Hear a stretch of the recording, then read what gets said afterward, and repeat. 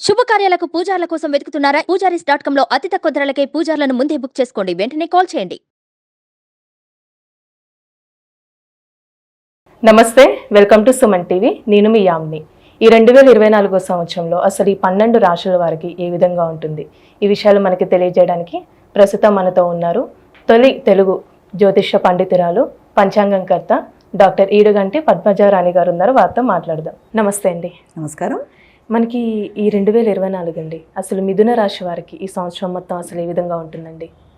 ఈ మిథున రాశి వారికి సంవత్సరం ప్రారంభం నుంచి అంటే జనవరి నుంచి దాదాపుగా మే దాకా ఈ ఉండే ప్లానెటరీ పొజిషన్ ఒకలాగా, ఆ తర్వాత నుంచి సంవత్సరం దాకా ఇంకో రకంగా మారుతుంది. కాబట్టి మొదటి భాగాల్లో తీసుకున్నట్లయితే గురుగ్రహ ప్రభావం వల్ల వీళ్ళకి సామాన్యమైన ఫలితాలు అనేవి అంటే లాభాలు వస్తాయి. ఆ లాభాలు సామాన్యంగా విశేషంగా లేకపోయినా సామాన్యంగా అయితే లాభాలు ఖచ్చితంగా వస్తాయి. ఆ లాభాలు కూడా వాళ్ళు చక్కగా సద్వినియోగపరుచుకునే విధంగా తీసుకుంటే ఫలితాలు ఇంకా చక్కగా ఉంటాయి.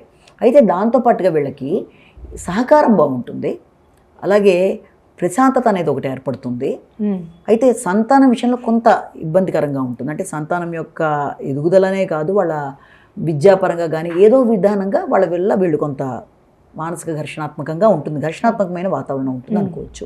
అలాగే దాంతోపాటు సామాజిక సంబంధాలు అనేవి బాగుంటాయి. ఇంతకుముందు ఎవరితోనో మనకి విభేదాలు ఏర్పడ్డా అంటే సమాజంలో ఉండే స్నేహితులతో కావచ్చు, జీవిత భాగస్వామితో కావచ్చు, వ్యాపార భాగస్వామితో కావచ్చు, వీళ్ళకి సంబంధించిన విషయాల్లో ఏదైనా ఇబ్బందికరంగా ఉండే వాతావరణం కూడా సమసిపోతుంది. అంటే ఒక అండర్స్టాండింగ్కి రావడం అనేది జరుగుతుంది వాళ్ళతో అని, ఫేవరబుల్గా ఉంటుందని మనం భావించాలి.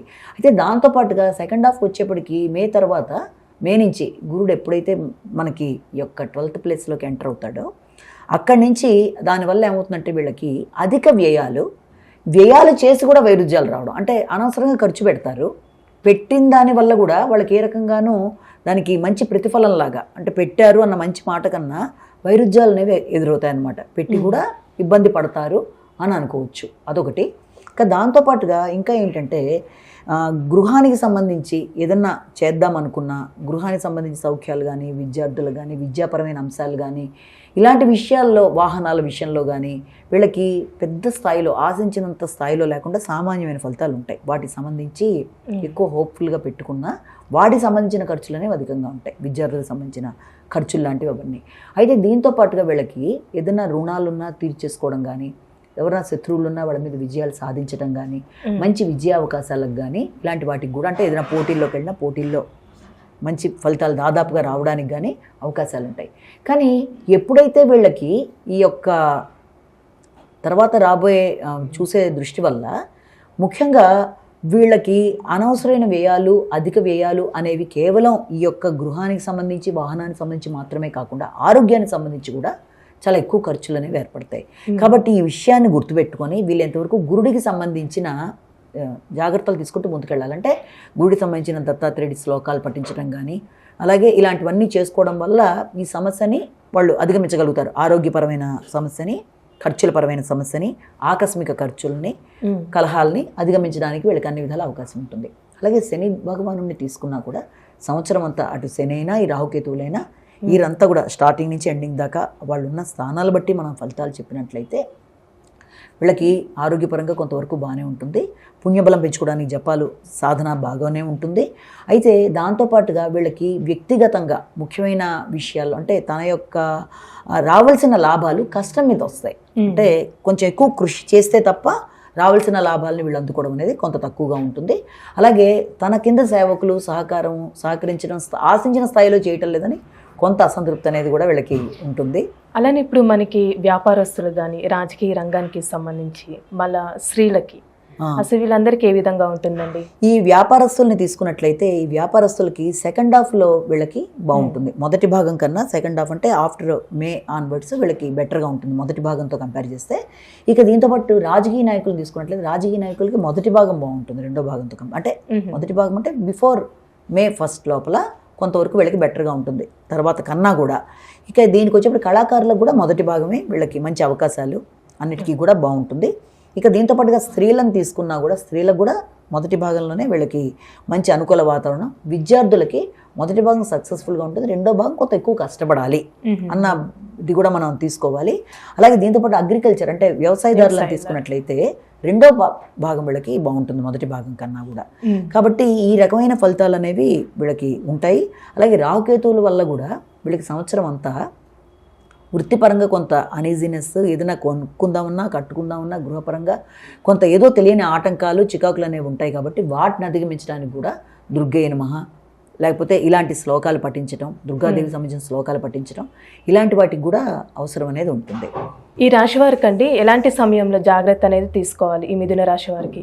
ఈ మిథున రాశి వాళ్ళకి ముఖ్యంగా ఈ యొక్క శని కుజులు కలిసిన టైం ఒకటి, రాహు కుజులు కలిసిన టైం ఒకటి ఏర్పడుతుంది. ముఖ్యంగా వీళ్ళకి మార్చి 15 నుంచి తీసుకున్నట్లయితే ఏప్రిల్ 23 దాకా, మళ్ళీ ఏప్రిల్ 23 నుంచి మళ్ళీ జూన్ 1 దాకా ఈ యొక్క ముఖ్యమైన ఈ స్పాన్లో వీళ్ళకి ఎలాగంటే ఒకటేంటంటే తండ్రికి సంబంధించిన ఆరోగ్య విషయంలో కొంచెం శ్రద్ధ అయితే అవసరం ఉంటుంది మొదటి భాగంలో, అంటే ఈ యొక్క ఏప్రిల్ దాకా. ఏప్రిల్ తర్వాత నుంచి జూన్ దాకా ఈ మధ్య సమయంలో ఎలా ఉంటుందంటే వీళ్ళు ఉన్న స్థానం, జాబ్ చేస్తున్న ప్రదేశంలో దానివల్ల కొంత స్థానచలనాలు, అక్కడ వాతావరణం వీళ్ళకి కొంత అననుకూలతలా అనిపించడం, ఉన్న స్థానం నుంచి వాళ్ళు వెళ్ళిపోదామన్న భావన కలగడం, ఆకస్మికంగా నిర్ణయాలు తీసుకుని వెళ్ళే అవకాశాలు లాంటి వాటికి కూడా ఆ మధ్య సమయంలో అవకాశాలు ఎక్కువ ఉన్నాయి. కాబట్టి ఏదైనా నిర్ణయం తీసుకునేటప్పుడు ఆత్మీయుల్ని అడిగి నిర్ణయం తీసుకుని ముందుకు వెళ్తే వీళ్ళకి చాలా వరకు బెటర్గా ఉంటుంది. అంటే ఈ రాశి వారికి ఎలాంటి పరిహారం చేస్తే మంచిదండి? ముఖ్యంగా ఈ రాశి వాళ్ళకి తీసుకునే పరిహారంలో మనం ఏం చెప్తామంటే లక్ష్మీ అష్టోత్తరం ఉంటుంది కదా, లక్ష్మీ అష్టోత్తరాన్ని రోజు 3 పూట్ల చదువుకోవడం అనేది, అలాగే ముఖ్యంగా శుక్రవారం నాడు 108 సార్లు ఈ లక్ష్మీ అష్టోత్తరం అనేది చేయడం.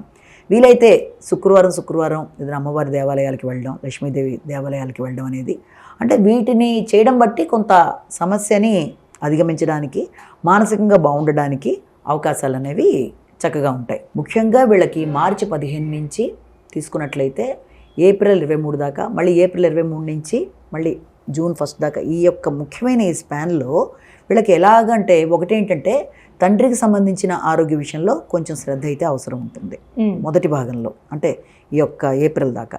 ఏప్రిల్ తర్వాత నుంచి జూన్ దాకా ఈ మధ్య సమయంలో ఎలా ఉంటుందంటే వీళ్ళు ఉన్న స్థానం, జాబ్ చేస్తున్న ప్రదేశంలో దానివల్ల కొంత స్థానచలనాలు, అక్కడ వాతావరణం వీళ్ళకి కొంత అననుకూలతలా అనిపించడం, ఉన్న స్థానం నుంచి వాళ్ళు వెళ్ళిపోదామన్న భావన కలగడం, ఆకస్మికంగా నిర్ణయాలు తీసుకుని వెళ్ళే అవకాశాలు లాంటి వాటికి కూడా ఆ మధ్య సమయంలో అవకాశాలు ఎక్కువ ఉన్నాయి. కాబట్టి ఏదైనా నిర్ణయం తీసుకునేటప్పుడు ఆత్మీయుల్ని అడిగి నిర్ణయం తీసుకుని ముందుకు వెళ్తే వీళ్ళకి చాలా వరకు బెటర్గా ఉంటుంది. అంటే ఈ రాశి వారికి ఎలాంటి పరిహారం చేస్తే మంచిదండి? ముఖ్యంగా ఈ రాశి వాళ్ళకి తీసుకునే పరిహారంలో మనం ఏం చెప్తామంటే లక్ష్మీ అష్టోత్తరం ఉంటుంది కదా, లక్ష్మీ అష్టోత్తరాన్ని రోజు 3 పూట్ల చదువుకోవడం అనేది, అలాగే ముఖ్యంగా శుక్రవారం నాడు 108 సార్లు ఈ లక్ష్మీ అష్టోత్తరం అనేది చేయడం. వీలైతే శుక్రవారం ఏదైనా అమ్మవారి దేవాలయాలకి వెళ్ళడం, లక్ష్మీదేవి దేవాలయాలకి వెళ్ళడం అనేది, అంటే వీటిని చేయడం బట్టి కొంత సమస్యని అధిగమించడానికి, మానసికంగా బాగుండడానికి అవకాశాలు అనేవి చక్కగా ఉంటాయి. చాలా చక్కగా తెలియజేశారు మేడం, ధన్యవాదాలు.